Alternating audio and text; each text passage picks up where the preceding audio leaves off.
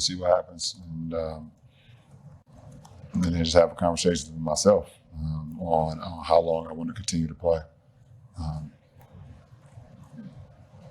don't know the answer to that right now, to be honest. So we'll see. That was LeBron James last night following the Lakers' elimination by the Timberwolves in 5 games. It was also the conclusion of LeBron's 22nd season in the NBA. And now the Lakers, they face an offseason of questions. Will a 40-year-old LeBron James, who has a player option, be back? Will Luka Doncic sign an extension? How can they improve this roster? Well, head coach JJ Redick, he began to answer some of that this morning at Lakers exit interviews. I think it's hard sometimes to admit this, and maybe this is hard sometimes for a coach or a player to admit this. We lost to a better team. I mean, that's just the reality. We did. And we put ourselves in a position to win games 3, 4, and 5, and we weren't able to do that in the fourth quarter. And that's where I think you really have to evaluate and really try to grow from as a coach and certainly as a group, whatever that group looks like next year.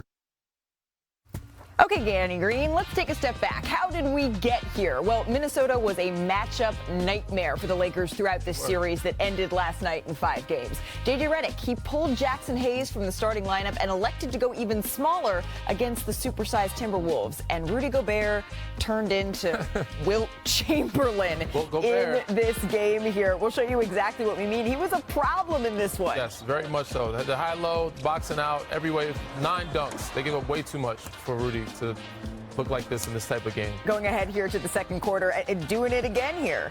Yep, got a smaller guy on him. He knows he got the mismatch.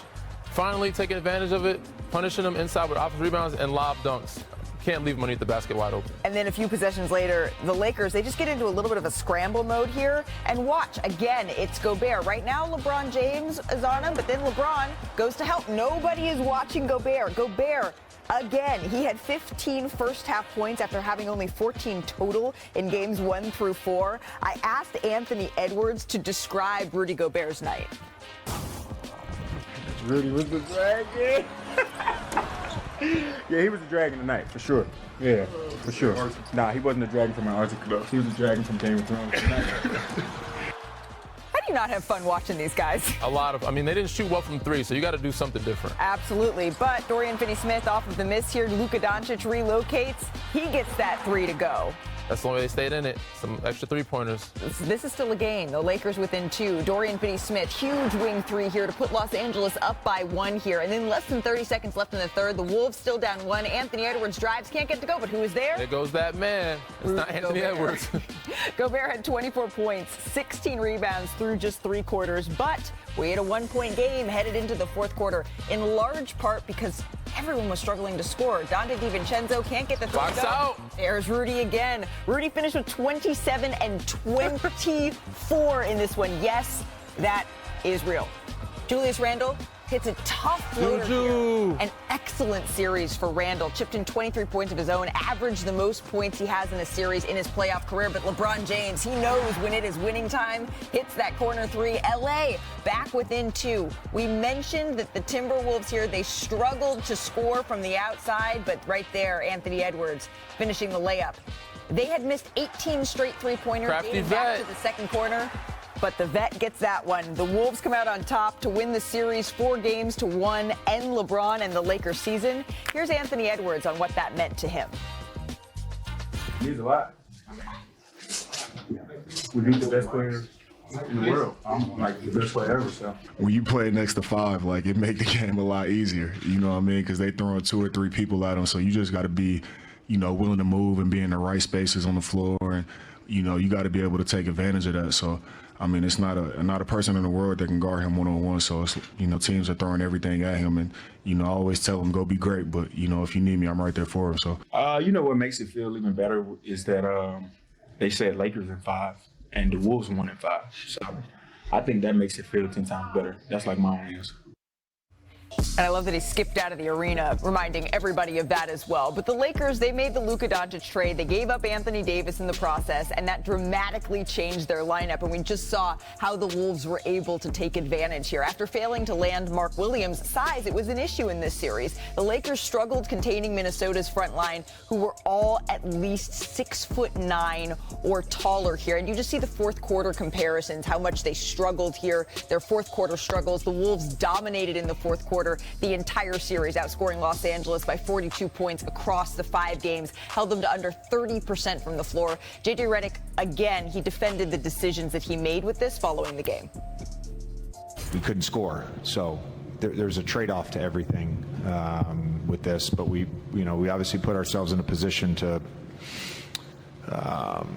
be in the game 3 times in the fourth quarter and just came up short every time. But again, the offensive part of it tonight in particular was we missed wide open threes. We missed a couple shots at the rim.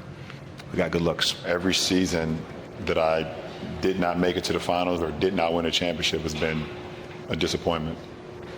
So it'd be the same for me.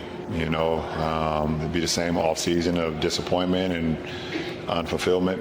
Have an opportunity to play longer and give yourself an opportunity to play for the Larry O'Brien Trophy. So nothing changes for me. Okay, we're going to dive into more of the Timberwolves side of this matchup in just a little bit as we say hello to Brian Windhorst here and Kendrick Perkins as well. But Perk, why did, from the Lakers' perspective, they lose this series? Because you heard JJ, he spoke only about offense. We missed wide open threes. We missed layups. We couldn't make a shot. Well, how about getting a stop? How about stopping Julius Randle, who had one of his best playoff series of his career on you? How about junking it up with Anthony Edwards? How about getting some rebounds? Because didn't Rudy have about 8 or 9 of them offensively yesterday? They dominated them on the glass. How about that end of the floor? That's the problem. When you talk about winning championships, it's not offense that win you championships, defense win you championships. And all the Lakers were worried about, all the substitutions, all the extended minutes was solely based on how can they be effective offensively and not enough focus on the defensive side of things. Malika, there was a pathway for the Lakers to make a run in this postseason, but they really needed everything to go just right. And from Luka getting sick in Game 3 to injuring his back a little bit last night, to just Austin Reeves going cold, to all the minutes LeBron played that seemed to wear on him, it just didn't go right. It had nothing to do with the fact that Minnesota also played great. It just didn't go right. And this actually kind of reminds me of where the Dallas Mavericks were with Luka Doncic 2 years ago. If you remember, they made a midseason trade for Kyrie Irving. Their roster was a little bit scrambled because of it, and they had to adjust their roster. They missed the playoffs. They drafted Derek Lively. That was their rim protector. They signed Derek Jones Jr. That was a wing athlete. They subsequently traded for Daniel Gafford and P.J. Washington. None of those guys are superstars, but that built out the roster, and bam, the Mavericks are in the finals. The Lakers need to do that. No matter what they did this postseason, whether they had made the conference finals or whether they went out in 5 like they did here, they were going to have to make roster additions. So now that is obvious. That's what they have to do. They probably underachieved in this postseason, but them getting beat by the Wolves or any of the other playoff teams is not shocking. This team needed to be perfect, and they weren't. Right. JJ Redick said it. He said, I'm not afraid to admit that we were beat by a team that is just better than we were. So where did the Lakers go from here, Danny? When JJ said that, I don't think they were the better team. Like, they played better, yes, but I think Lakers have the better pieces. They're deeper. But yes, it was just tough to watch because they got bullied last night, and they got bullied by Rudy Gobert, out of all people. Nobody in the sports world in 2025 had that on their bingo card of Rudy Gobert bullying the Lakers. And he did it. Julius Randle did it. Anthony Edwards, Jaden McDaniels, all those guys stepped up and played well. They beat them on the glass. The Minnesota Timberwolves only shot 15% from 3. So, they weren't scoring either. JJ talks about scoring. Perk is right. This defense is they couldn't rebound. They couldn't get guys off the glass. Rudy Gobert had 9 dunks. You can't give that up to Rudy Gobert. And fatigue. The fourth quarter, they got outscored 127-85. Right. They had no depth, like you said. They need more pieces. They need to find a big, but they need some depth to give those guys a break. LeBron James could not play 40-plus minutes and the whole second half. Right. We're going to have Bobby Marks joining us a little bit later in the show to lay out exactly what it is the Los Angeles Lakers can do here, Brian. But looking at what is out there, I hear you. The discourse is they need to get a center. Luka needs some... Perk, well, what's wrong? What's wrong, a little frustrated there, big dog. No, because here go the excuses, right? All season long, all I've been hearing about is the emergence of Austin Reeves, right? And I was one of them, averaging 25 and 4, right? A guy that, hey, we can't call him a role player. He's too good to be called a role player. He has really made this Lakers, Luka and LeBron and Austin Reeves a big three. And then all I've been hearing about is, what are the addition at the trade deadline of a pickup of Finney Smith? And then all of a sudden we come here and we like, oh, when is Vando coming back? Oh, they got Vando back into the lineup. Rui's back. He's been playing some outstanding basketball. And we get to this point where they get their ass kicked. And we come on here and talk about, and then all of a sudden they didn't have enough. They didn't have a championship caliber roster. I don't want to hear that. Before the series started, the Lakers had 3 out of the 5 best players: Luka, LeBron, and Austin Reeves. And you can mix in Anthony Edwards and Julius Randle. However order you want to put it in, the Lakers came into this series favored. They got outplayed, and it's a failed season. Well, I don't think LeBron disagrees with you. He says it's a failed season whenever I don't make it to the finals, whenever I don't win the finals. I am curious, Brian, if it's not, I don't believe, looking at this roster, they don't believe that this was a championship roster. I hear what you're saying, Perk. But if that's not the reason, then what is? Yeah, I mean, it's unbalanced. They traded 2 rotation players to get Luka Doncic, so you're already at deficit there, and it happened so close to the deadline they couldn't backfill.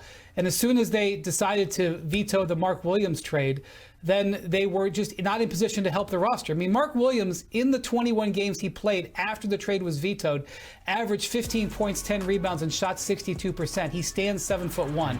If you don't think it would have been a difference in this series, I don't know what to say. The Lakers gave up 38 more baskets in the paint than they scored. But the Lakers felt that Williams wasn't going to be healthy enough long term. But as soon as they made that decision, they put themselves in position to be exposed like this. And that's what happened. There could have been ways they could have gotten around it. Luka could have been amazing. He could have averaged 38 points in this series. LeBron could have been amazing. Austin Reeves was great down the stretch, but he wasn't in this series. And if things didn't all click perfectly, the Lakers were going to be in trouble, and they were in trouble in this series. And honestly, I think that's the only fair way to look at it. I don't think this team underachieved. I think they got overwhelmed, but I don't think this team underachieved. I think this was about where they belonged. They had a chance to do something special that was taken away from them by a better team. And I think that is a microcosm of what the Western Conference is this year. 2 through 7, the talent gap there is so narrow. It just depends on how the cookie crumbles. And for right now, this went the Minnesota Timberwolves' way. Speaking of, let's down for the Rockets over the Golden State Warriors. Now the series heads back to the Bay Area. Steph Curry, Jimmy Butler, they never really got it going in Game 5. They combined for just 6 of 22 shots. It's their worst combined field goal percentage in a game since becoming teammates. And that performance, it led the Warriors to trailing by as many as 31 on the night. As for the Rockets, they're firing on all cylinders, but bad space jokes aside, Houston starters, they combined for 101 points. That is the most by any Rockets starting 5 in a playoff game since Game 4 of the 2020 first round against the Thunder. And a huge reason for the Rockets' production in Game 5, it was Alperen Şengün. He missed out on a triple-double, and through 5 games has become the 5th player to average 20 points, 10 boards, 5 dimes to start his playoff career. But it was another Rocket that our resident Houston area detective was investigating last night. I'm Kendrick Perkins, better known as Big Perk, and nothing gets past me. Freeze! Just when you thought it did get past me, there I am. I spy a problem. I spy it all. Carry the hell on.